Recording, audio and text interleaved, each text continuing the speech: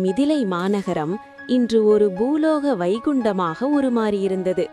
அந்த நகரத்தின் ஒவ்வொரு கல்லும் ஒவ்வொரு மரமும் ஒரு மங்களச் செய்தியை சொல்லிக் கொண்டிருந்தன.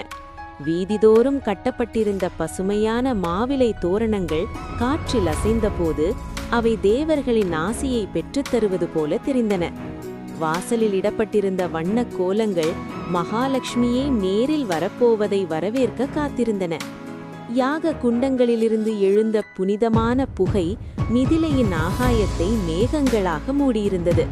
அந்த புகையின் நறுமணம் ஒரு யுகத்தின் மாற்றத்தை அறிவித்தது. சிவதனுசு உடைந்த அந்த வீர வரலாறு ஒருபுறம், பரசுராமரின் கோபம் தணிந்து அவர் ராமனை வணங்கிச் சென்ற அந்த அற்புத தருணம் மறுபுறம் என மிதிலை மக்கள் ஒரு மகா காவியத்தின் நேரடி சாட்சிகளாக நின்றனர். இப்போது எஞ்சியிருப்பது அந்த பிரபஞ்ச சக்திகள் கரம் கோர்க்கும் மகா மங்கள தருணம் மட்டுமே. அயோத்தியிலிருந்து தசரத மகாராஜா தனது 4 புதல்வர்களுடனும் பெரும் படை பரிவாரங்களுடனும் மிதிலையை வந்தடைந்தார். தனது பிள்ளைகளின் வீர புகழை கேள்விப்பட்ட அந்த தந்தையின் உள்ளம் ஒரு கடலை போல உவகையில் பொங்கியது. ஜனக மகாராஜா தசரதரை எதிர்கொண்டு அழைத்து 2 மகா மன்னர்களும் தழுவிக்கொண்ட அந்த நொடி, அது வெறும் 2 மனிதர்களின் சந்திப்பல்ல, அது சூரிய குலத்தின் வீரமும் விதேக குலத்தின் ஞானமும் கைகோர்த்த வரலாற்று தருணம். ஜனகர் தனது மகிழ்ச்சியை விவரிக்க வார்த்தைகளின்றி நின்றார். தசரதரே, உங்கள் புதல்வர்கள் என் நாட்டை புனிதமாக்கிவிட்டார்கள். குறிப்பாக ராமன். அவன் ஒரு மனித ராஜகுமாரன் அல்ல, அவன் தர்மத்தின் மறு உருவம் என்பதை என் சிவதனுசு உடைந்த சத்தமே எனக்கு உணர்த்திவிட்டது என்று நெகிழ்ந்து கூறினார். மிதிலையின் அந்த பிரம்மாண்டமான திருமண மண்டபம் தேவர்களும் முனிவர்களும் நிறைந்திருந்த ஒரு தேவ சபையைப் போல காட்சியளித்தது. மண்டபத்தின் நடுவே அக்னி பகவான் ஜொலித்துக் கொண்டிருந்தார். மணமேடையில் 4 ஜோடிகள் அமர்ந்திருந்தனர். அவர்கள் வெறும் தம்பதிகள் அல்ல, தர்மத்தின் 4 தூண்கள். ராமன், சீதை, தர்மமும் சக்தியும் இணைந்த வடிவம்.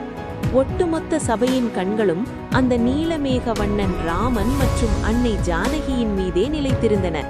ராமன் தனது மரவுரியை துறந்து பட்டாடையும் ஆபரணங்களும் அணிந்து ஒரு மகா சூரியனைப் போல ஜொலித்தான். அவனது அருகில் நாணத்தால் முகம் சிவந்து ஒரு மலர் கொடி போல அமர்ந்திருந்தாள் சீதை. இது பிரபஞ்சத்தின் நாயகனும் அதன் உயிர் சக்தியும் மீண்டும் இணையும் தருணம். லக்ஷ்மணன் ஊர்மிளாவின் கரத்தை பற்றினான்.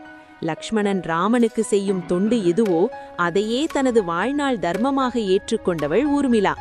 அவனது அண்ணன் பக்தியை தனது பக்தியாக மாற்றிக்கொண்ட அந்த உண்மை போன்றவள் அவள். இவர்களின் இணைவு மௌனமான தியாகத்தின் அடையாளமாகும். பரதன், மாண்டவி, பொறுமையும் விவேகமும் இணைந்த சங்கமம். பொறுமை மற்றும் தியாகத்தின் வடிவமான பரதனுடன் விவேகம் நிறைந்த மாண்டவி கரம் கோர்த்தாள். அரச பதவியே தேடி வந்தாலும் அதை தர்மத்திற்காக ஒதுக்கும் பரதனின் வைராகியத்திற்கு உற்ற துணையாகவும் விவேகமாகவும் நின்றவள் மாண்டவி. இவர்களின் திருமணம் ஆசைகளை துறந்த ஒரு விவேக சங்கமமாகும். சத்ருக்னன், ஸ்ருதி கீர்த்தி, வீரமும் புகழும் கைகோர்த்த தருணம். பகைவர்களை வெல்பவனான சத்ருக்னன் புகழின் ஒளியான ஸ்ருதி கீர்த்தியை மணந்தான். ராம, லக்ஷ்மண, பரதர்களுக்கு வரும் இடர்களை களைவதில் சத்ருக்னன் காட்டும் அந்த அமைதியான வீரத்திற்கு உலகறியும் புகழை தேடித்தரும் சக்தியாக அவள் விளங்கினாள். சூரிய குலத்தின் வீரமும் அதன் கீர்த்தியும் கைகோர்த்த தருணம் இது. வசிஷ்ட மகரிஷியும் விஸ்வாமித்திரரும் வேத மந்திரங்களை ஓதத் தொடங்கினர். அந்த மந்திரங்களின் ஒலி பிரபஞ்சத்தின் அணுக்களையெல்லாம் அதிரச் செய்தது. ஜனக மகாராஜா பொற்கலசத்திலிருந்த புனித நீரை ராமனின் கரங்களில் வார்த்தார். இதோ என் மகள் சீதை என்று ஜனகர் தழுதழுத்த குரலில் கூறத் தொடங்கினார். இவள் உனது தர்ம பத்தினி. இவளது கையை பற்றி இவளது நிழலாக நீயும் உனது நிழலாக இவளும் தர்மத்தின் பாதையில் பயணிப்பீர்கள் என்று கூறி ராமனின் கரங்களில் சீதையின் கரங்களை சேர்த்தார். ராமன் சீதையின் மென்மையான கரங்களை பற்றினான். அந்த தீண்டலில் ஒட்டுமொத்த பூமி தாயும் ஒரு முறை சிலிர்த்தாள். 2 உயிர்கள் அல்ல, 2 தர்மங்கள் ஒன்றான நாள் என்று அங்கிருந்த ஞானிகள் போற்றியது இந்த தெய்வீக பிணைப்பைத்தான். மங்கள வாத்தியங்கள் விண்ணை முட்டின, துந்துபிகள் முழங்கின. தேவர்கள் வானிலிருந்து பாரிஜாத மலர்களை மாரியாக பொழிந்தனர். ராமன் அந்த மங்கள நாணை எடுத்து சீதையின் கழுத்தில் சூட்டினான். அந்த நொடி சீதையின் கண்களில் ஒரு சொட்டு ஆனந்த கண்ணீர் துளிர்த்தது. அது அவளது பல யுகக்கால தேடல் இன்றுடன் ஒரு முழுமையை பெற்றதின் அடையாளம். அக்னியை அவர்கள் வலம் வந்தபோது அந்த நெருப்பின் ஒளி ராமனின் வீரத்தையும் சீதையின் தூய்மையையும் இன்னும் பிரகாசமாக காட்டியது. அவர்களுக்கு பின்னால் லக்ஷ்மணன், பரதன், சத்ருக்னன் ஆகியோரும் தங்கள் துணைவியருடன் அக்னியை வலம் வந்து இல்லற தர்மத்தில் புகுந்தனர். திருமண வைபவம் முடிந்து தசரதர் தனது 4 புதல்வர்களுடனும் மருமகள்களுடனும் அயோத்திக்கு திரும்ப தயாரானார். மிதிலை மக்கள் கண்ணீர் மல தங்கள் வீட்டு பெண்களை வழி அனுப்பி வைத்தனர்.